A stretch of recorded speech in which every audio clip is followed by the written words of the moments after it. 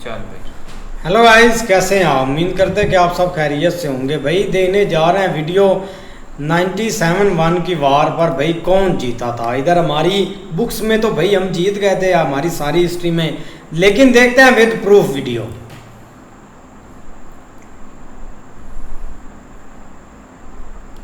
इस वीडियो में बताई गई सारी जानकारी पब्लिक प्लेटफॉर्म पर उपलब्ध है। इसमें ऐसी कोई जानकारी नहीं दी गई है जिससे हमारे सुरक्षा बलों की गोपनीयता भंग होती है। डिफेंस डिटेक्टिव सेना का सम्मान करता है और उन्हीं जानकारियों के आधार पर काम करता है जो सार्वजनिक रूप से मौजूद है। नमस्कार दोस्तों, डिफेंस डिटेक्टिव के एक और नए एपिसोड में आपका स्वागत है।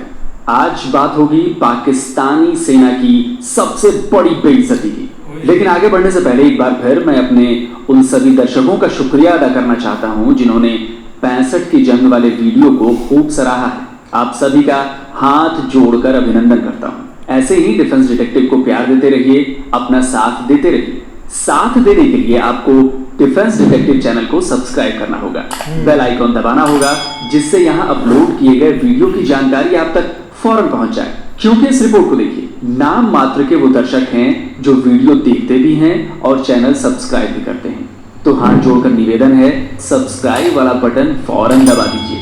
और वीडियो के आखिर में एक बेहतरीन से वीडियो का टुकड़ा है जिससे सुनकर आपका दिलो दिमाग एकदम हल्का हो जाएगा। चलिए अब अपने आज के वीडियो पर आते हैं। आज मैं सबूत लेकर आया हूं 1971 में पाकिस्तान से हुई हमारी जंग का।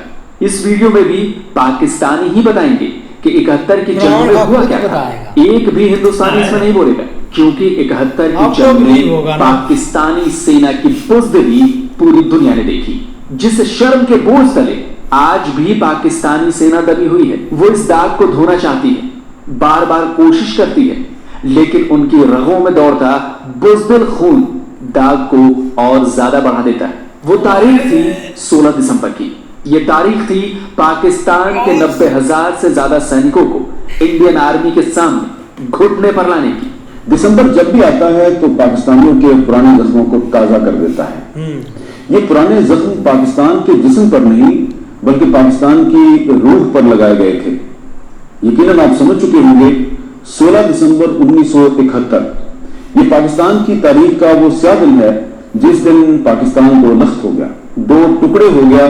कायद-ए-आज़म मोहम्मद अली जिन्ना का बनाया हुआ पाकिस्तान तकसीम हो गया। ओ भाई, मुल्क किसी 16 साला दोशीज़ा का दिल नहीं होता जो इतने आराम से टूट जाए। उसकी तारीख होती है, उसकी गहराई में जाके देखना होता है। मैं इंडिविजुअल्स की बात नहीं करता। इन तीन कैरेक्टर्स की जगह भुट्टो साहब, मजीद साहब और याया खान साहब, इनकी जगह कोई और होता तो मुमकिन है ये बात 6 महीने आगे चली जाती।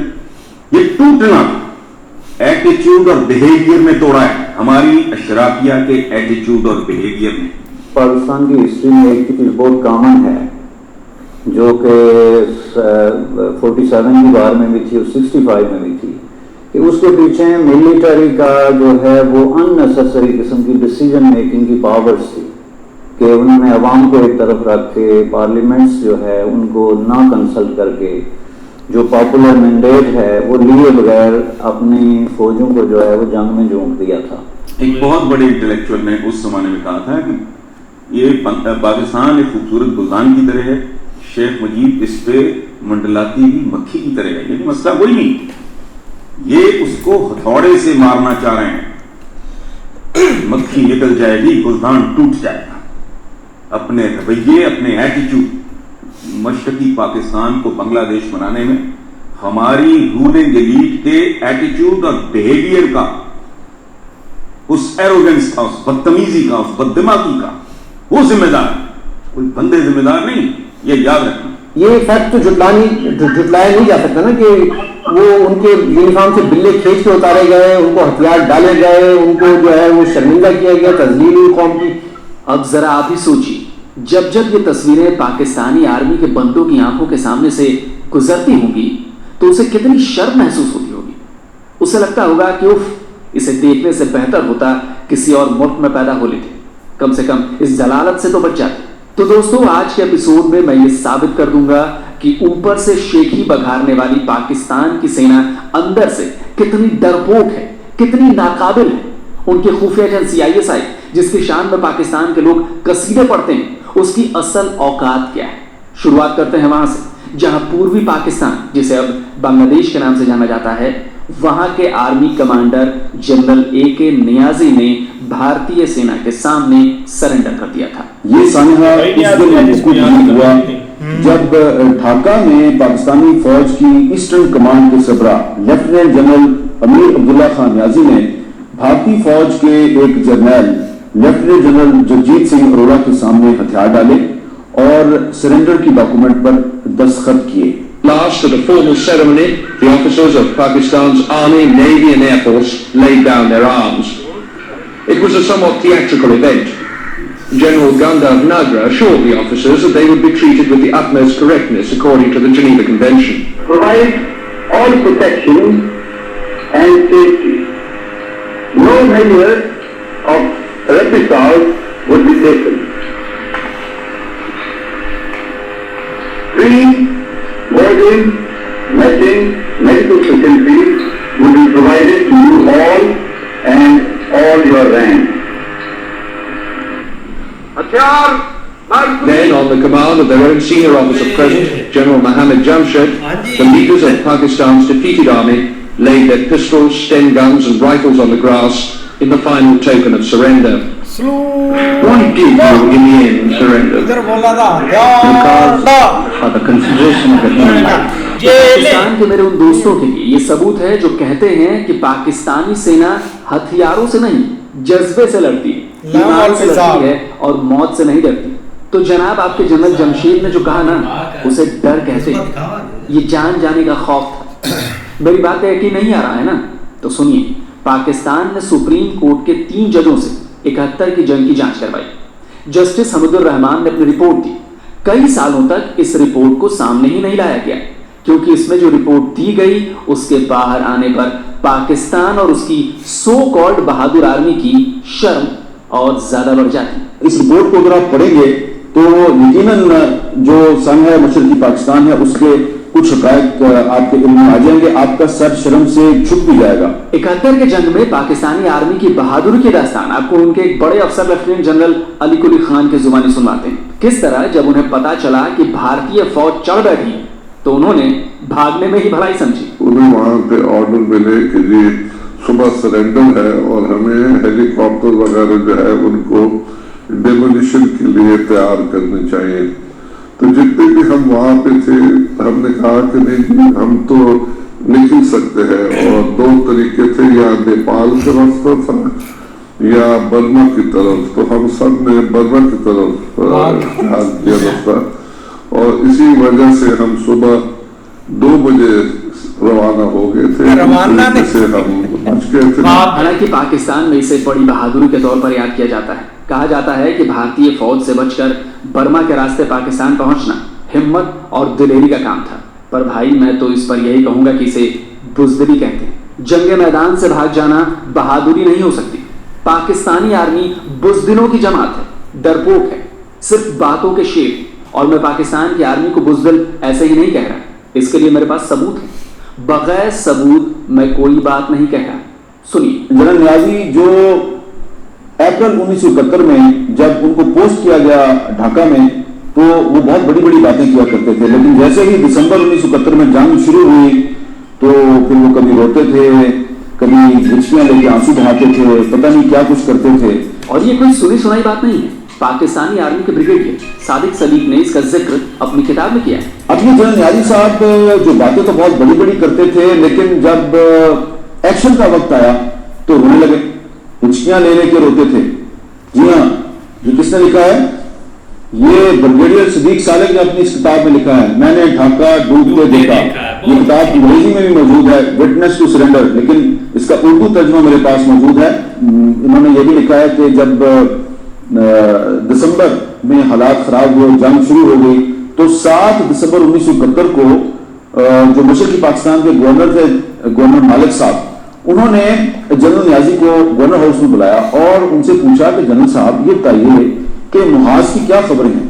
तो इस किताब में ब्रिगेडियर सदीक सालिक साहब लिखते हैं कि वहां पर मेजर जनरल राव फरमान अली भी मौजूद थे, और उनकी मौजूदगी में जब गवर्नर ने पूछा कि नियाजी साहब बताइए मुहाज की क्या खबरें हैं, तो नियाजी साहब रोने लगे। सबसे पहले सरेंडर की रिकमेंडेशन, यानी हमारे GHQ ये कह रहे थे कि 1-2 दिन रुक जाओ, बाकी वो रेजोल्यूशन हम टेबल कर रहे हैं। यानी आगा शाही उस वक्त हमारे परमानेंट रिप्रेजेंटेटिव थे, भुट्टो साहब कह रहे थे कि 1 दिन 2 दिन हम होल्ड कर ले, हम कुछ अपना कुछ कर सकते हैं। लेकिन इन्होंने कहा, न्याजी साहब ने, नहीं हमें सरेंडर कर देना चाहिए, हम ज्यादा रजिस्ट अब नहीं कर सकते वरना बहुत लोग मरेंगे। तो इनकी बहुत इंसिस्टेंस और रिकमेंडेशन थी कि सरेंडर कर लें। खुद इन जर्नलों का जो है, आप जो इसमें इन्वॉल्व यार ये न्याजी आप बुक्स उठा के दे, देखो आप बातें कि किस तरह उनकी ये चिका खान का कसूर है, दूसरा फुरमान अली खान कहता है जी उसका कसूर है, तीसरा जो है जी उसका कसूर है। जनरल न्याजी जिसने हथियार फेंके खुद वहां पे लड़ते हुए, उसने वापस आके जो अपनी किताब लिखी उसने सब इनके सर डाल दिया। तो उसमें ये ऐसे लगता है कि जिसको अब हेडलेस चिकन कहते हैं ना, they were running like headless chicken, कि हम कर क्या रहे हैं, हमने लड़ना है आखिर दम तक, बांग्लादेश को बचाना है, इसको अलग करना है। यानी एक पॉलिसी कॉन्फ्लिक्ट जो है उनके अंदर जो है वो चल रहा था। क्लैरिटी नहीं थी कि हमारा मकसद क्या है, और फौजें लेके वहाँ पे घुस गए जिसके नतीजे में ना तो वो पूरे तरीके से अपना जो पोटेंशियल है उसको यूज कर सके, और ना ही जो है वो पीछे हटने की पोजीशन में रहे, और अल्टीमेटली जाके उनको जो है हथियार फेंकने पड़े। ये कहाँ तक सच्चाई है कि ये मैसेज जो है या तो GHQ से आया या जनरल न्याजी की लेवल तक रहा और फिर आगे इसको कम्युनिकेट नहीं किया गया, जबकि फौज का एक मरबूत निज़ाम होता है। ये आपकी नॉलेज में क्या है इस तरह के वाक़या? ये फैसला तो जनरल याया और जनरल हमीद जो उस वक्त चीफ ऑफ आर्मी स्टाफ थे, ये इनका फैसला था, और इन्होंने ये फैसला न्याजी तक पहुंचाया था कि अब लड़ने का कोई फायदा नहीं, हथियार डाल देना चाहिए। ये तो आप लोग जानते होंगे ना कि जंग में हथियार डालने का मतलब क्या होता है, और वो भी 1-2 नहीं, 90,000 से ज्यादा सैनिकों ने भारतीय सेना के सामने घुटने टेके। आप लोग नहीं मानते ना कि आपकी सेना किसी काबिल नहीं, उसमें जंग लड़ने के लिए दिमाग ही नहीं। भाई दिमाग होगा तो प्लानिंग होगी, प्लानिंग होगी तो जंग कायदे से लड़ी जाएगी, जंग कायदे से लड़ी जाएगी तो जीती जाएगी। लेकिन आपकी सेना में दिमाग नहीं है, और इन्हीं बिना दिमाग वालों में से कुछ ISI में बैठे हुए हैं। आपकी सेना और ISI की पोल खुद आपके पाकिस्तानी लोग ही खोल रहे हैं। सुन लीजिए, पाकिस्तान और भारत की जो बकायदा जंग है ये तो शुरू हुई 3 दिसंबर 1971 को, लेकिन भारत ने पाकिस्तान के अंदर मुदाखलत का फैसला 1 अप्रैल 1971 को कर लिया था। और राघवन साहब ये भी लिखते हैं इस किताब में कि बकायदा जंग तो 3 दिसंबर 1971 को शुरू हुई, लेकिन भारतीय फौज मशरकी पाकिस्तान के अंदर 21 नवंबर 1971 को दाखिल होगी। और ये फैक्ट है कि सन 48 से हिंदुस्तान ईस्ट पाकिस्तान में काम कर रहा था, और आखिर में तो ट्रेनिंग दी। भारत पाकिस्तान में ऑपरेट कर रहा है और बेचारी ISI उसे कानो कान खबर नहीं। खबर कब होती है? जब पाकिस्तान 2 टुकड़ों में बढ़ चुका होता है। जरा सोचिए किसी देश की खुफिया एजेंसी और वहां की सेना के लिए इससे बड़ी शर्म की बात और क्या? ये जो थी east Pakistan operation, Pakistan army का या फौज का या जो भी ईस्टर्न कमांड और उसमें GHQ भी सब शामिल था, that was a biggest disaster. हमारी टोटल मिसकंसेप्शन, ये हमारी समझ में नहीं आ सकता कि इतनी स्ट्रेटेजिक और इतनी पाकिस्तान की जबरदस्त आर्मी और इतनी सब प्लानिंग और सब कुछ, कि वो ये समझते रहे आखिर वक्त तक। एक तो ये कैलकुलेशन कि इंडिया अटैक नहीं करेगा, और वहां अगर ये सूरत चलती रही, ईस्टर्न कमांड वाले मुस्तकिल ये कहते रहे कि नहीं, अगर ये चलता रहा तो इंडिया अटैक नहीं करेगा और वो कुछ अटैक पर अटैक नहीं होगा। हालांकि वो मुक्ति बाहिनी के लोगों को वहां कैंपों में ट्रेन कर रहे थे, और हम जैसे ऑस्ट्रिच की तरह सर नहीं झुका, उसमें रेत में घुसा लेते हैं, ऐसे कहे जा रहे हैं इन्हें नहीं, वो नहीं करेगा। और फिर दूसरे हम कह रहे हैं कि उधर अगर कर दिया तो हम इधर वो फ्रंट खोल देंगे, तो जैसे वो अपनी फौजें वहां से निकाल के नहीं ले आएगा। वहां पर हमारी आर्मी ने इंडियन आर्मी को टोटल वॉकआउट दे दिया और विड्रॉ कर गए सब, और ढाका के डिफेंस का भी कोई प्लानिंग नहीं थी, कुछ नहीं था। मैं तो पाकिस्तानी आवाम को कहूंगा कि आप लोग अपनी सेना की तरह शुतुरमुर्ग मत बनिए, सच को स्वीकार करना सीखिए। जंग किसी काम की नहीं, काम गरीबी को मिटाना है, आने वाली नस्लों को अच्छी शिक्षा देनी और लोगों को 2 दर्जे का नहीं समझना है, क्योंकि यही काम आपने पूर्वी पाकिस्तान के बंगालियों के साथ किया।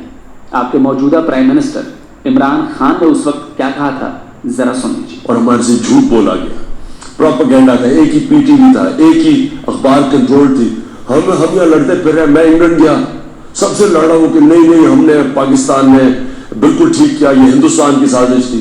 बाद में जाके जब पता चला, एक मेरा दोस्त अशरफुल हक जो उस वक्त बांग्लादेश की ईस्ट पाकिस्तान की अंडर 19 का कैप्टन था, जो मैं आखिरी हमने पाकिस्तान वेस्ट पाकिस्तान अंडर 19 और ईस्ट पाकिस्तान अंडर 19 का मार्च 71 में मैच हुआ था। वो आखिरी दफा था, आखिरी जहाज गया, उसके बाद ऑपरेशन मार्च 71 में ऑपरेशन हो गया।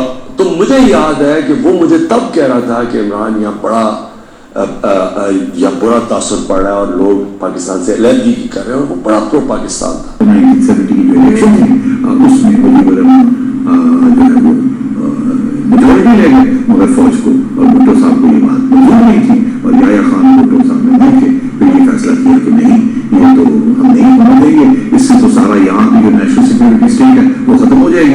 क्योंकि मुनीर जो थे वो इसमें यकीन नहीं रखते थे नेशनल सिक्योरिटी स्टेट में, वो अपनी रियासत की तरफ जाना चाह रहे थे और सॉवरेन रियासत बनाना चाह रहे थे और हिंदुस्तान के साथ आना चाहते थे। इसीलिए हिंदुस्तान ने उनकी मदद की और हमारे साथ जंग हुई और अटैक आधा पाकिस्तान गवा गए।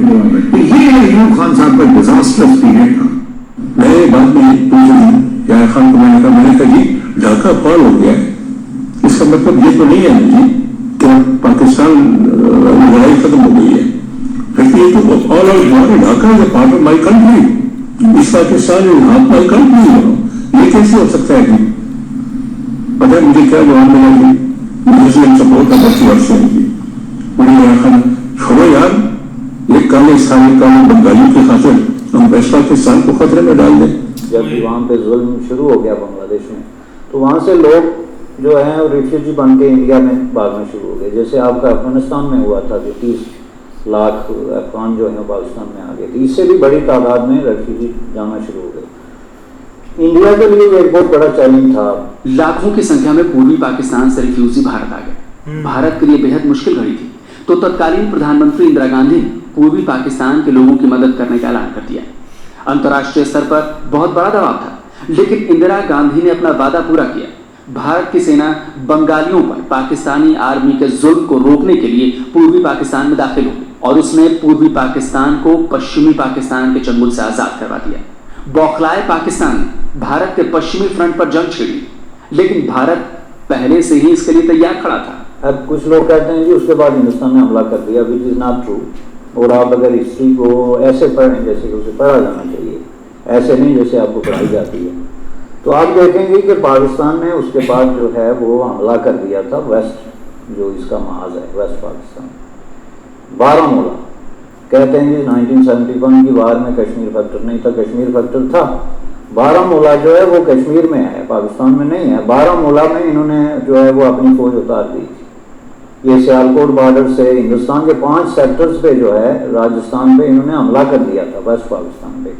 उस हमले के बाद जो है वो फिर जो है हिंदुस्तान ने पूरे तरीके से जो है ना वो अपनी फौजें दाखिल कर दी वहाँ, जिसके नतीजे में ये इधर ऐलान करते रहे कि हम तो जनाब पता नहीं 1000 साल लड़ेंगे, क्या करेंगे। और उधर उनका जनरल जो था उसने अपनी राइफल जो है वो हिंदुस्तानी जनरल को पेश कर दी कि जनाब हम तो लड़ने की पोजीशन में नहीं है। तो इसमें आप जो चीज़ पॉइंट आउट करने की है वो ये है कि ना सिर्फ आपने तारीखी तौर पे इस तरह के मतलब एडवेंचर्स किए, बल्कि आपने बाद में फिर उस तारीख को मसक करके उसको अपनी मर्जी से आपने उसके नताइज निकालने की कोशिश की, उसको तोड़ मोड़ के फिर अपनी आइंदा नस्ल को पेश करने की कोशिश की, और ये कहने की फिर भी हमारे कारनामे हैं जी इस वार के हवाले से। क्या कारनामे हैं जी? वो हमने 90,000 कैदी छुड़ाया था। भाई आपको कैदी बनवाने के लिए किसने कहा था कि आप एक काम क्रिएट करके फिर उसको फिक्स कर रहे हैं? पाकिस्तान ने यह हिमाकत अमेरिका के दम पर की। पाकिस्तान को भरोसा था कि न सिर्फ अमेरिका बल्कि उसके कहने पर दूसरे मित्र देश भी जंग में पाकिस्तान का साथ देने चले आएंगे। भारतीय एयरफोर्स ने आसमान में पश्चिमी और पूर्वी पाकिस्तान को अलग कर रखा था, जमीन पर आर्मी ने रोक रखा था, और समंदर में भारत की नेवी पाकिस्तान पर कहने पर टूट पड़ी। नेवी की शौर्य गाथा पर अलग से वीडियो बनाऊंगा क्योंकि वक्त यहाँ पे थोड़ा ज्यादा हो रहा है। भारत को रोकने के लिए अमेरिका से फ्लीट चली, ब्रिटेन फ्रांस भी थे, लेकिन अभी आधे रास्ते भी नहीं पहुंचे थे कि उन्हें भागना पड़ा। जी हाँ, भागना पड़ा। हम ये समझ रहे थे कि इंटरनेशनल वो आ जाएंगी और सिक्योरिटी काउंसिल में आ जाएगा और हेल्प आ जाएगी और इंटरवेंशन आ जाएगी और ये मामला रुक जाएगा इस तरह के लिए, और ये होता रहा आखिर वक्त तक कि वो 6th फ्लीट आ रहा है और मूव हो रहा है, और ये सब झूठी बात है, ये सब गलत बातें, और कौम को भी धोखे में रखना और अपने फौजी और अपने लोगों को धोखे में रखना। अब जब उसको शो किया तो उस वक्त जो है ब्रिटिश जो हैं उन्होंने रेडियो जो बहुत इंटरसेप्ट हुआ और उसकी आज तक रिकॉर्डिंग मौजूद है, उन्होंने रेडियो किया अमेरिकन को कि वी आर टू लेट। तो उन्होंने कहा क्या हुआ, तो उन्होंने कहा जी वहाँ तो रूसी तो पहले से बैठे हुए हैं और उनकी न्यूक्लियर आबदोजें हैं, हम तो आगे नहीं जा सकते। वहाँ से आपका जो बैरिल बेड़ा है जिसके इंतजार में बांग्लादेश बन गया, वो बैरिल बेड़ा वहाँ से पीछे हटने लग गया क्योंकि उसके साथ जंग लड़ सके उस वक्त। यही बात फ्रांस की थी, उन्होंने यू टर्न लेके उधर निकल गए। बरतानिया जो है उसने रिवर्स लगा लिया और पाकिस्तान हैरान रह गया कि भाई ये जो हमारे सारे दोस्त थे इनको अचानक क्या नजर आ गया। ये तो बाद में जनरलों को पता चला कि उनको वहाँ पर बंगाल में जो है उनकी जो थी आबदोज जो है वो देख के तो वो भागे। यानी यहाँ भी पाकिस्तान का दांव उल्टा पड़ गया। यहाँ कौन नाकाबिल साबित हुआ? पाकिस्तानी डिप्लोमेसी। अब 71 की जंग का अंजाम क्या हुआ ये भी जान लीजिए। मेरी गुजारिश है पाकिस्तान की यंग जनरेशन से कि आप लोग इनकी बातें जरा गौर से सुनिए, क्योंकि आप स्कूलों में जंग की जीत की जो कहानियां पढ़ते हैं, जो आपको बताया जाता है ना, वो सब झूठ है, प्रोपेगेंडा है। फतह का नाम देने की कोशिश करते हैं। 71 की वार पे भी आप ये कह सकते हैं कि हमने जीती थी, जिसमें आपके 90,000 लोग जो है कैदी बन गए, 90,000 जो मिलिट्री मैन थे आपके वो प्रिजनर ऑफ वार बन गए। दूसरी जंग अज़ीम के बाद मिलिट्री का सबसे बड़ा स्टैंडर्ड जो है वो यहाँ पे हुआ कि 90,000 लोग को हथियार फेंक के कैदी बन गए। आप जब किसी यंग जनरेशन को या बच्चों को गलत चीज़ें पढ़ाते हैं या उनको मिसगाइड करते हैं या उनमें डिस इंफॉर्मेशन फैलाते हैं, तो इससे बड़ी इंटेलेक्चुअल बदयांती जो है, डिसऑनेस्टी और क्या होती है कि आप लोगों को असल हक़ाइक़ से खुद को तो जो पॉलिटिक्स में जो करते हैं, लेकिन अपनी अपकमिंग जनरेशन को भी आप इस तरीके से मिसगाइड करते हैं। हमारे मुल्क का एक अलमिया ये रहा है पाकिस्तान का कि तारीख कभी दुरुस्त पढ़ाई नहीं गई न बताई गई जी। वाकया कुछ और होता है, हमें पढ़ाया कुछ और गया। एक तरफ तो फौज हार चुकी जब 1971, इतना बड़ा लॉस दोस्तों यही नहीं, मेरे पास और भी कई सारे सबूत हैं। आपके पाकिस्तान में कई किताबें मौजूद हैं जिन्हें आप लोगों को पढ़ना चाहिए। कुछ किताबों के नाम मैं बताता हूं जिनमें आपकी सेना कितनी काबिल है इसका जिक्र किया गया है। यकीन मानिए पाकिस्तानी आर्मी के बारे में जिन शब्दों का इस्तेमाल किया गया है उन्हें सुनकर तो बंदा शर्म से ही मर जाए। कैरी शॉफील्ड अपनी किताब inside the Pakistan army, a women's experience on the front line of the war and terror में लिखती है, पाकिस्तानी आर्मी ने अपनी छवि से ज्यादा खो दिया। बांग्लादेश का आजाद होना, पाकिस्तान अपमानित हुआ, अपनी 54% आबादी, कीमती कच्चा माल और सांस्कृतिक विविधता खो दी। इसके दशकों बाद एबटाबाद का ऑपरेशन जिसमें ओसामा बिन लादेन को मारा गया, उसमें आर्मी को सार्वजनिक तौर पर जलील होना पड़ा। शुजा नवाज अपनी किताब Pakistan it's army and the Wars with in में लिखते हैं, पाकिस्तान के लिए नतीजा हार निकला। सेना ने पूर्व में ऑपरेशन कर ब्लंडर किया और पश्चिम में बेकार एडवेंचर किया। जंग के लिए स्पष्ट लक्ष्य का ना होना पश्चिम में कमांड के फेल्योर को दिखाता है। आगे वो किताब में लिखते हैं, आर्मर और इन्फेंट्री में ट्रेनिंग की कमी साफ दिखी। कमांडर और दूसरे कर्मियों को आर्मर की काबिलियत का पता ही नहीं था।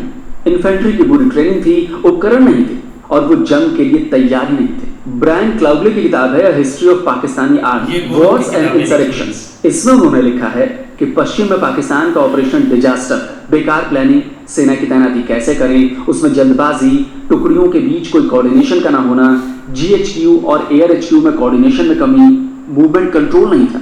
नाकामियों की लिस्ट बेहद लंबी। फिरोज हसन खान अपनी किताब eating grass, the making of the Pakistani bomb में लिखते हैं, भारत की नेवी ने पूर्वी और पश्चिमी पाकिस्तान के सभी बंदरगाहों को सीज कर दिया, पाकिस्तान की कोस्ट लाइन और कराची के साथ दूसरे महत्वपूर्ण ठिकानों को तबाह कर दिया। 3 दिन के भीतर भारतीय वायुसेना ने आसमान में एयर सुपीरियोरिटी स्थापित कर दी। पाकिस्तान के दोनों हिस्से आइसोलेट किए जा चुके थे। पाकिस्तान 1971 की जंग कई वजहों से हारा, जिसमें स्ट्रेटेजिक ब्लंडर, पुअर लीडरशिप और बेहद कमजोर मिलिट्री स्ट्रेटेजी थी। हसन अस्करी रिजवी अपनी किताब state and society in Pakistan में लिखा है, पाकिस्तानी सेना आउट नंबर यानी संख्या में कम थी, आउट गन यानी हथियार की कमी थी और आउट मनूवर्ड यानी प्लानिंग की कमी थी। वो भारत के वेल कोऑर्डिनेटेड और बड़ी भारतीय सेना के सामने खड़ी ही नहीं हो पाई। पाकिस्तानी सैनिकों के पास एयर कवर नहीं था, नेवी का प्रदर्शन बेहद खराब था। 16 दिसंबर को पाकिस्तानी कमांडर ने भारत के सामने आत्मसमर्पण कर दिया। इसके अलावा डिफेंस डिटेक्टिव के पास अमेरिकी खुफिया एजेंसी CIA का भी एक दस्तावेज है जो इस जंग पर तैयार किया गया था। इसमें जंग के दौरान अलग अलग इवेंट्स की जानकारी दी गई। इसमें 22 नवंबर को लिखा गया है कि भारतीय एयरफोर्स ने 3 पाकिस्तानी F-86 सेबर्स विमानों को मार गिराया था। CIA के इस दस्तावेज में एक जगह लिखा है कि पाकिस्तान ने कहा कि कोई बड़ी ताकत अगर भारतीय अग्रेशन को रोकने के लिए आगे आती है तो वो इसका स्वागत करेंगे। 2 दिसंबर की तारीख में CIA अपनी रिपोर्ट में लिखती है कि मिसेस गांधी ने ऐलान कर दिया है कि किसी भी विदेशी से आदेश नहीं लिए जाएंगे। वो मदद को काट दिए जाने से भी नहीं डरती और उन्होंने पूर्वी पाकिस्तान से पाकिस्तानी सेना के हट जाने की मांग की। 3 दिसंबर की तारीख में लिखा है कि पाकिस्तान ने पश्चिमी भारत की सीमा पर हमला कर दिया। इसमें यह बताया गया कि पाकिस्तानी सेना छंब और खेमकरण तक तो पहुंच गई, लेकिन इंडियन डिफेंस को तोड़ नहीं पाई, उससे आगे नहीं बढ़ पाई। भारतीय वायुसेना ने कराची और दूसरे शहरों पर हमला किया। 5 दिसंबर को भारतीय नेवी के मिसाइल बोट के द्वारा पाकिस्तानी नेवी के एक डिस्ट्रॉयर को तबाह करने की बात लिखी। 9 दिसंबर को कराची हार्बर पर भारतीय नेवी के हमले की खबर दी गई। 16 दिसंबर को लिखा गया है कि पाकिस्तान ने सरेंडर कर दिया और 17 दिसंबर को लिखा है CIA की इस रिपोर्ट में कि याह्या खान पश्चिम में सीज फायर के लिए तैयार हो गए। तो दोस्तों, उम्मीद है आपको 71 की जंग का सबूतों के साथ बना ये वीडियो पसंद आया होगा। अगर अभी तक आपने डिफेंस डिटेक्टिव को सब्सक्राइब नहीं किया है तो प्लीज सब्सक्राइब कर लें। और चलते चलते आपको 2 ऐसे वीडियो के हिस्सों के साथ छोड़े जा रहा हूं जिससे आपको पता चल जाएगा कि पाकिस्तान की आवाम को कैसे वहां की मीडिया और सेना मिलकर मूर्ख बना रहे हैं। जय हिंद। अगर 1971 में हमारा आज का मीडिया सूरत होता, आपकी साजिशों को बेनकाब कर सकता, वहां पे होने वाले हालात की रिपोर्टिंग कर सकता, वहां पे होने वाली जो ज्यादतियां हैं जो डोमेस्टिकली उनकी रिपोर्टिंग करता, तो आज मशरकी पाकिस्तान अलग ना हुआ होता। पहले मैं आपको ये बताऊं कि आपको 46 सालों से जो बताया जा रहा है वो गलत है। 1971 में जो जंग हुई थी वो उसका नाम सुकूत ढाका नहीं है, वो सुकूत ढाका नहीं है। हमारी जो इशराफिया है अनफॉर्चुनेटली वो बिल्कुल निकम्मी है, वो अपनी कहानी नहीं बता सकती और अब जो नौजवान पाकिस्तानी हैं उनको कंफ्यूज करके रख दिया है 71 की जंग के बारे में। 71 की जंग सुकूत ढाका नहीं है। 71 की जंग जो है वो इन्वेजन ऑफ ईस्ट पाकिस्तान है। ये इन्वेजन था, इंटरनेशनल बॉर्डर पे एक तरफा जंग इंडिया ने आप पे मुसल्लत की थी। पाकिस्तान के अवाम ने पाकिस्तान के खिलाफ छुटकारा हासिल करने के लिए बगावत नहीं की थी। ये सब झूठ है, ये बिल्कुल गलत है। ये हिस्ट्री सब सामने आ चुकी है। जो सही बात है वो सही है। मशरकी पाकिस्तान के अवाम ने पाकिस्तान के खिलाफ बगावत नहीं की थी। ऐसे ही हुआ है यार। एक प्रूफ के साथ हम भी वीडियो देखना चाहते थे क्योंकि लोग भाई कुछ मानते नहीं। अभी तक भी लोग बोलते हैं कि हम जो 4 जंगे हैं ना वो हम जीते हैं सबसे ज़्यादा। अब ये तो पता चल गया था जब भाई सरेंडर हुआ, इसको तो ये मान जाते हैं कहीं ना कहीं ऊपर नीचे से मार कर। लेकिन जो 65 वाली जंग है ना वो कभी भी भाई ये नहीं मानते, कोई बंदा भी नहीं मानता। मैंने जो बुजुर्ग थे ना जिन्होंने वो जंग में एक शरीक भी हुए थे हमारे एक विलेज में, वो पापड़ों वाला भाई आता है, उसने 1965 की जंग लड़ी थी तो उसने खुद बोला था कि हमारे थे और दुम दुबा कर भागे थे। अगर आपको प्रूफ चाहिए तो जिंदा प्रूफ है मेरे पास, वो कल आएगा तो मैं आपको बता दूंगा। अभी भी वो मतलब कि उससे बातें पूछे तो वो काफ़ी बताता भी है। अब इधर बात यह है कि अमेरिका ने हमें इधर आकर बचाया था। अगर भाई अमेरिका ना आना होता तो मुझे लगता है कि वो और चीज़ों पर भी कब्जा कर लेना था उन्होंने, और फिर इंडिया ने भाई छोड़नी भी नहीं थी। अभी तो उन्होंने बांग्लादेश आज़ाद करवाया था। ये एक बहुत शर्मिंदगी वाली बात है। अब यार लड़कर बंदा मार जाए कोई दुख नहीं होता कि चलो यार ये शहीद हो गया। अब ये सामने पैंटें उतारी, ये बंदूकें रखते हुए, और ये वही एक न्याजी है जिसने भाई जब एक पोस्ट संभाली थी ना, इसने भी यही बोला था कि मैं एक जज्बे वाला बंदा हूँ भाई, मैं मुसलमान हूँ, मैं कभी भी हिंदू के आगे सरेंडर नहीं करूंगा। तो यही एक न्याजी था जिसने भाई एक तरले किए, यही न्याजी था यार। इस न्याजी को भाई यहाँ पर जमीन मिली है हमारे गाँव के साथ, 1.5 मुरब्बा 1.5 है जमीन मिली थी इसको। वो किस बात की दी थी इसको? वो सरेंडर होने के, जो हमें अब ये सरेंडर हो गया, इन्होंने बोला ऐसे आप काम नहीं चलेगा। अब आपने अवाम को जो है ना झूठ के आए के चूरन देते हैं, जो झूठ के पीछे ये लगे रहते हैं और बोलते हैं कि जिंदाबाद जिंदाबाद। तो भाई हमने वही एक बात की, हम भी बोलते हैं जिंदाबाद जिंदाबाद।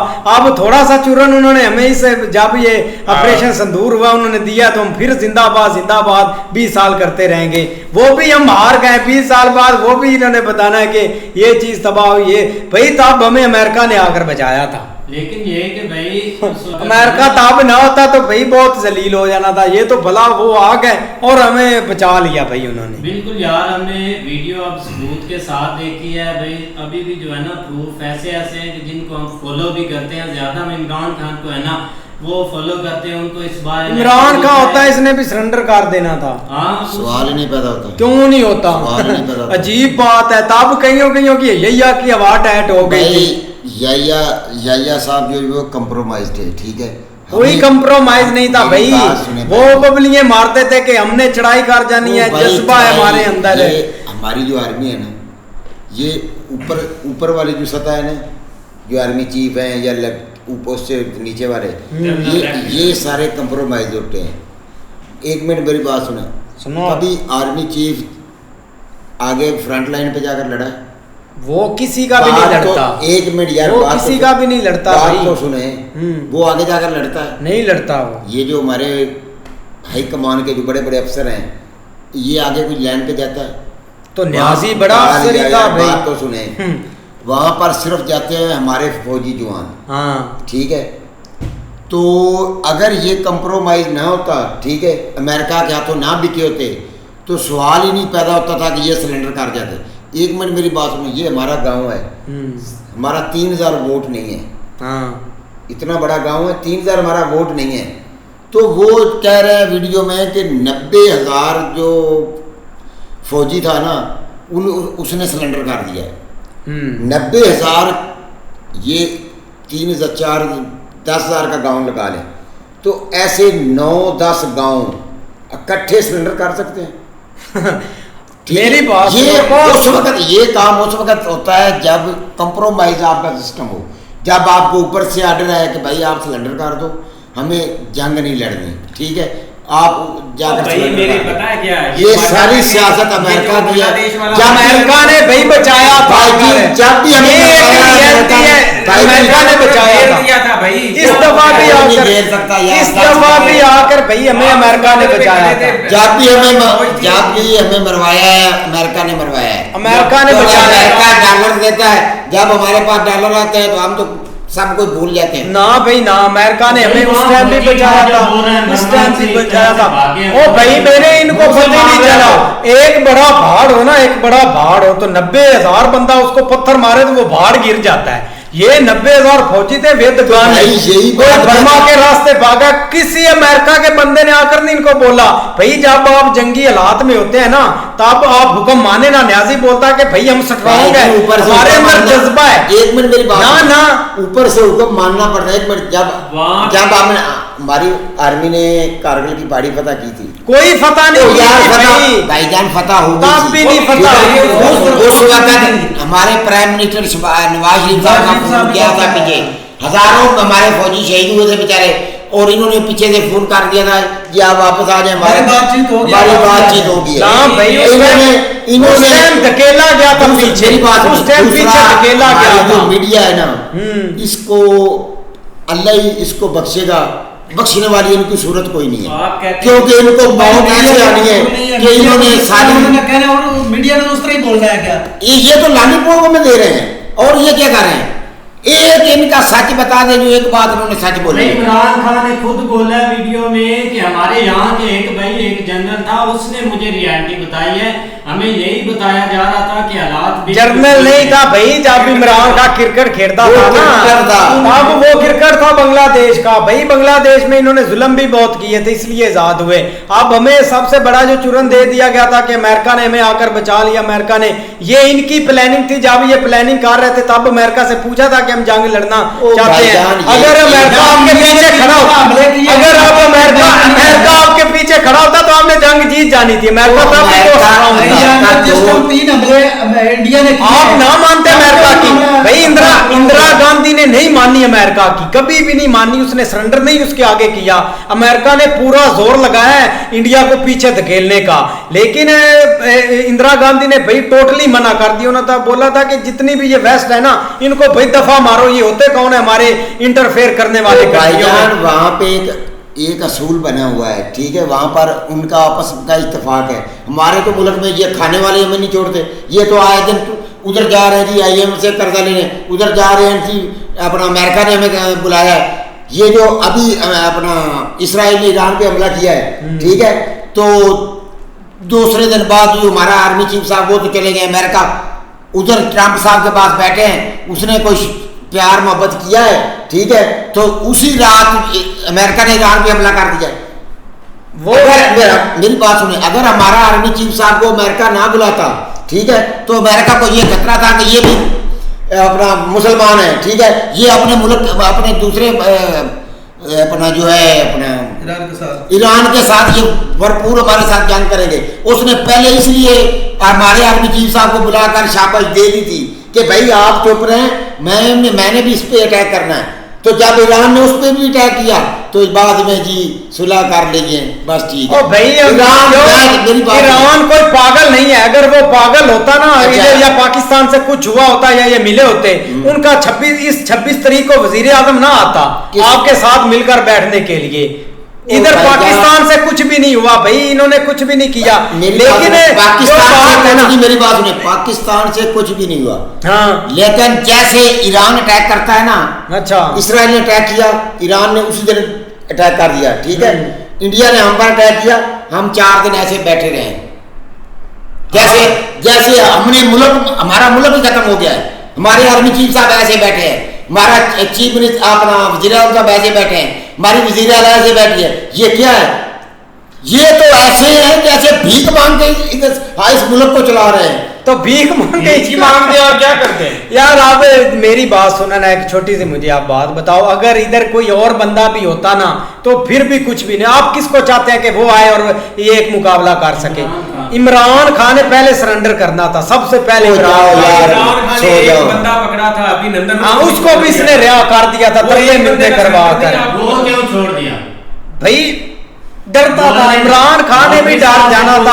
जब आपसे 2-3 दुगना आगे आर्मी होती है ना या मुल्क बड़ा होता है तो उधर भाई आपको एक झुकना पड़ता है। अब जो सबसे बड़ी बात है ना, आपने सच बताना था अपनी आवाम को कि भाई हमने सरेंडर किया है, हम भागे थे, हम डरे थे, लिहाजा हमसे गलती हुई, आप आवाम है, हमें माफ कर दें, हमसे माफी मांग लेते, हमने माफ कर देना था। भाई ये जो शर्मिंदगी है ना, हम पे हमारे मुंह पर आकर लानत ऐसे पड़ती है, ये बहुत शर्मिंदगी है भाई।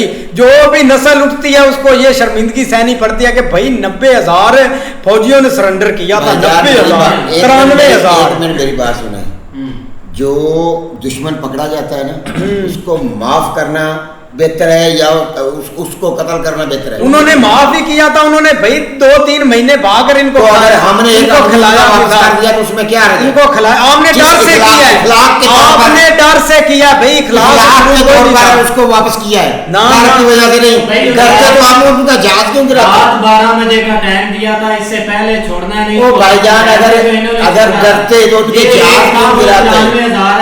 नहीं, ये कोई बात नहीं है, ये इस बात का कोई आपके सामने वो साइन कर रहा है कि ये हम लिख कर दे रहे हैं, फिर पैंटें उतारी, फिर बंदूकें रखी, फिर सारा भाई उन्होंने बहुत शर्मिंदा उधर किया। अभी मेरी बात सुने, अभिनंदन साहब को हमने पकड़ा था, हम उससे पैंट उतरवाते, शर्ट उतरवाते, उसकी निक्कर भी उतरवा लेते, क्या कर लेना था? हमने दुनिया को क्या मैसेज देना था? अच्छा मेरी बात नहीं है, अच्छा मैं जवाब देता हूं इसको आपको। अच्छा हमने दुनिया को क्या मैसेज दिखाना कि हमने उनका पैलेट पकड़ा है, उसकी हमने सलवार भी उतार ली है, उसकी कमीज भी उतार ली है, उसकी जहां तक निक्कर भी उतार, उसको नंगा कर दिया है। तो इंडिया ये इंसानियत वाली बात नहीं है, हमारे मजहब में ये चीज जायज ही नहीं है। के कपड़े उतार दिया। मैं आपको इस बात का जवाब देता हूँ, आप मेरी बात सुनो ना। आपने ये सब कुछ कर दिया। जब अभिनंदन इधर से छूट कर गया था ना, तो भाई उसने बोला था जो पाकिस्तान आर्मी है ना बहुत प्रोफेशनल है, उन्होंने मुझे अच्छे से ट्रीट किया। आपकी आर्मी को क्या मौत पड़ी हुई थी आकर झूठ बोलना? हिस्ट्री उन्होंने लिख दी, बुक्स लिख दी। अगर ये प्रोफेशनल होते तो बोलते भाई हमने सरेंडर किया है, वो आर्मी हमसे ज्यादा स्ट्रॉन्ग थी, लिहाजा हम हार गए हैं, छोड़ो जंगे को, जो हमारी नस्ल है इसको ये झूठ हम खिलाते नहीं है, इस चीज को, इस हिस्ट्री को मिटा देते हैं, बुक्स में नहीं लिखते। हम क्या करते हैं, हम जो हमारी नस्ल आने वाली है ना उनको अच्छे कामों में लगाते हैं, उनको डेवलपमेंट देते हैं, उनको एजुकेशन देते हैं ताकि मुल्क अच्छे से सुकून से गुजरे। लेकिन इन्होंने बुक्स के ऊपर भाई हिस्ट्री लिख दी कि हम जीते थे। भाई वो हमारी आर्मी ने ये बात नहीं बोली थी, इन्होंने बोली थी। मेरी बात सुने यार, हमारी आर्मी बेचारी कुछ भी नहीं बोलती। ये जो बैठे हैं ना टट्टू, कौन? ये मीडिया वाले। आप तो कहते हैं ये मीडिया वाले, आप तो कहते हैं इन कंट्रोल करते हैं। कौन? मीडिया को। हाँ। ये मीडिया के टाउट क्यों है? ये मीडिया के बहुत बड़े टाउट, मीडिया बहुत बड़ा टाउट है इनका। मेरी बात सुने, यहाँ पर आप कोई बात कह रहे हैं, ठीक है, जब तक उनको उनकी अपना इजाजत नहीं मिलेगी वो चलाएंगे ही नहीं। एक मिनट, कोई ऐसे मीडिया वाले बता रहे हैं, ये रियलिटी क्यों बता रहे हैं? ये मीडिया वाले बता रहे हैं, कौन है ये तो एक शो में वो पुरानी जान की तस्वीर, इस आर्मी की, ये जो अब आर्मी चीफ है, ठीक है, अगर ये उस वक्त का आर्मी चीफ होता सवाल ही अहमद मीर ये जवाब दे ताब बिन से ज्यादा खतरनाक थे भाई। जो आपका वो है ना जिसकी एक आंख भी खराब थी, उसका क्या नाम था? याया खान नहीं, अजूब क्या भाई उसका नाम था? जनरल जिया। उसने फलस्तीन के लोगों को मारा था, इतने ये जालिम थे। ताब आपको ये बात का शायद पता हो या ना पता हो, फलस्तीन के लोगों पर इन्होंने गोली चलवाई थी जाकर। आप बात करते हैं, जनरल बाजवा ने खुद बोला था। हाँ। 30,000 बंदे ने सरेंडर किया, लेकिन उन्होंने बोला था, उन्होंने बोला मुझे पता ही नहीं था। हाँ, किया था, पता नहीं 85 था कि कितना था। भाई जब उसको गाली पड़ी थी ना फ्रांस में, मैं तो खुद बहुत शर्मिंदा हो गया था कि इस बंदे ने हम पर 5 साल हुकूमत की है। भाईजान, वो आपको उसमें कोई एक्टिविटी नजर आती थी? किसमें? बाजवा साहब में उसी किस्म की। तो उसको भाई, वो एक मिनट मेरी बात सुनो, अगर वो इतना नहीं स्ट्रॉन्ग था तो आपका प्राइम मिनिस्टर इमरान खान बोल देता कि ये बंदा नहीं है। यार बात तो सुने, उसने दोबारा क्यों लाया? यार वो यही तो बात है ना, आर्मी के सिवा हमारी कोई गवर्नमेंट नहीं चल रही। जिसको आर्मी चाहती है वही प्राइम मिनिस्टर बनता है, ठीक है। चलो ये हमारे मुल्क का एक आम रिवाज बन गया है, ठीक है। इसके सिवा बाजवा कितना वैसे देखने में कितना सीधा लगता था, वैसे है जैसे गाय भैंस बकरी चलाने वाला कोई एक आदमी लगता है, ठीक है। वो उसके अकाउंट आप चेक करें, जो उसने पैसा यहाँ से जितना पैसा लेकर गया है वो तेरे अकेला आदमी तेरे मुल्क का सारा कर्जा उतार सकता है। इतना रुपया वो लूट कर पाकिस्तान से बाहर ले गया है एक आर्मी चीफ। तो इसमें हमारा मुल्क तरक्की कहाँ से करेगा? एक बंदा इतना रुपया पाकिस्तान से बाहर ले गया कि तेरा पूरा मुल्क जो है उसका कर्जा उतार सकता है एक आदमी। इतना पैसा उसके पास, उसने अपनी रिश्तेदारी भी इसमें लगा दी थी। ये भी पैसे सरेंडर किया था या नहीं किया था? भाई हम मानते हैं अर्शद भाई से भी पूछ यार 2-3 बातें। भाईजान जब तक कंप्रोमाइज नहीं होगा 90,000 हमारा फौजी कभी ऐसे सरेंडर नहीं करेगा। मैं रियलिटी बताऊं उसकी, बताएं। बेसिकली जो स्टार्ट काम हुआ था ना, उन्होंने इंडियन आर्मी ने एक वहाँ पे फौज तैयार की थी बांग्लादेश के लोगों की, मुक्तिबानी उसको बोलते थे, ठीक होगा? मुक्तिबानी वो एक फौज तैयार की थी उन्होंने, और जिसका पाकिस्तान को दूर दूर तक इल्म ही नहीं था, ठीक है। और अगर इल्म हुआ भी तो इन्होंने यही सोचा कि भाई वो कितने हैं, हम उनको जो है ना वो जाके मार मोर के काम सीधा पतरा कर देंगे, और भाई जो ये जो अलहदा वाला सीन है ना ये हम खत्म कर देंगे, दोबारा उसके ऊपर काबज हो गए। तब जाके आपको जब आपके यहाँ के जो मतलब फौज है ना उसने समझा ना कि वो हमसे बहुत कम है तादाद में भी और प्रोफेशनल भी नहीं हो गए, तब भी इन्होंने इतनी ज़्यादा तादाद में वहाँ पे लोग भेजे, अपनी आर्मी भेजी कि आप जो है ना वो जब उनके ऊपर मतलब एक कर लेंगे सब कुछ हो जाएगा, उसके बाद हमारे लिए ईजी होगा, हम सारा बॉर्डर कवर कर लेंगे। और कुछ जो है ना वो फौजें अभी उधर उस साइड के ऊपर ही थी पाकिस्तान की, क्योंकि पाकिस्तान उस वक्त एक दफ़ा इकट्ठा ही था, लेकिन क्या हुआ कि जब उधर से भाई वो उसने स्टार्ट किया, साथ ही पीछे से इंडियन आर्मी भी आके उन्होंने फिजाई भी उनकी मदद की और ज़मीनी भी मदद की, तब जाके ये घेरे में आ गए थे। बात समझिए, ये जब घेरे में आए हैं ना, तब इनके लिए जो है ना वो थोड़ा सा उनके साथ लड़ना मुश्किल हो गया था। उन्होंने फिर पीछे वायरलेस चलाए कि भाई अब हम क्या करें। यहाँ से फिर आकर गया कि भाई आप सरेंडर कर दें, अगर आप थोड़ा बहुत मुजामत करेंगे आप में से एक बंदा नहीं बचेगा। तब इन्होंने जाके साइन करके अपने बंदे बचा के बर्मा के थ्रू एक जो है ना वो निकाले थे। ये एक रियलिटी है। दूसरी आपने बात की है कि भाई हमारा जो है ना वो मजहब नहीं इजाज़त देता कि हम किसी के कपड़े उतारें, हम ये करें वो करें। आप प्रूफ के साथ ये चीजें देख सकते हैं कि बांग्लादेश की औरतों के इन्होंने कपड़े उतारे हैं। उन्होंने वहां पे पुतले बनाए हुए हैं अपने शहरों के अंदर कि हमारी जो औरतें थी उनके जो है ना वो साथ हमारे उन्होंने फौजी जवानों के भी पुतले बनाए हुए हैं कि वो ऐसे उनके दुपट्टे खींच रहे हैं, उनको जो है ना वो हर तरह से एक जो भी मतलब तशद्दुद कर रहे हैं उन पे कर रहे हैं। ठीक है, ये एक रियलिटी है जिसको मानना चाहिए। दूसरी तरफ एक और बात जो सबसे आम है, आप कहते हैं कि हमारा इस तरह का कोई बंदा स्टेप उठा नहीं सकता। आप पीछे 2022 से अब तक स्टार्ट कर लें, कौन से जो मतलब सियासतदान है जिसका घर बचा है जिसमें ये इंटर नहीं हुए हैं कि नहीं। इलामा इकबाल के पोते के घर ये दाखिल हो गए थे और वहां पे जाके इन्होंने घर में तोड़ फोड़ की। वो आपको याद है जब इन्होंने वो बड़ी जो है ना वो निकाल ली थी वैन, जो मतलब एक बुलेट प्रूफ होती, वो जाके जो गुजरात का था परवेज लाई, उसके घर में गेट में सीधी इन्होंने मारी थी। तो ये चीज़ें कुछ ऐसी हैं जिनको रियलिटी तौर पे मानना चाहिए। एज ए पाकिस्तानी हमें ठीक है, हमें दफा करना चाहिए अपने मुल्क का। ये नहीं कि नहीं हम एक सारी बात है, हमारा मुल्क है, हमारे हम यहाँ पे पैदा हुए हैं, लेकिन कुछ रियलिटी है जिसको भाई मानना चाहिए। मौलवी साहब आप भी कुछ बताएं यार, क्या बात है, चुप हो गए आप। मौलवी को यही बोलता है, जज्बा है हमारे अंदर है, एक हिंदू पर 10-20 बारी हैं हमें, पता नहीं रियलिटी के साथ इसका कोई लेना देना नहीं बातों का। भाईजान मैं सिर्फ ये बात करना चाहता हूँ कि जब इंडिया ने 3 दफा टारगेट किया है, तो जब पाकिस्तान ने टारगेट किया तब भी सुलह होनी थी, पहले क्यों नहीं हुई जब उन्होंने 3 दफा टारगेट किया था। आप अभी यार आप फिर नई जंग ले आए, पिछली तो अभी की दुनिया में जा रहा है, पिछली तो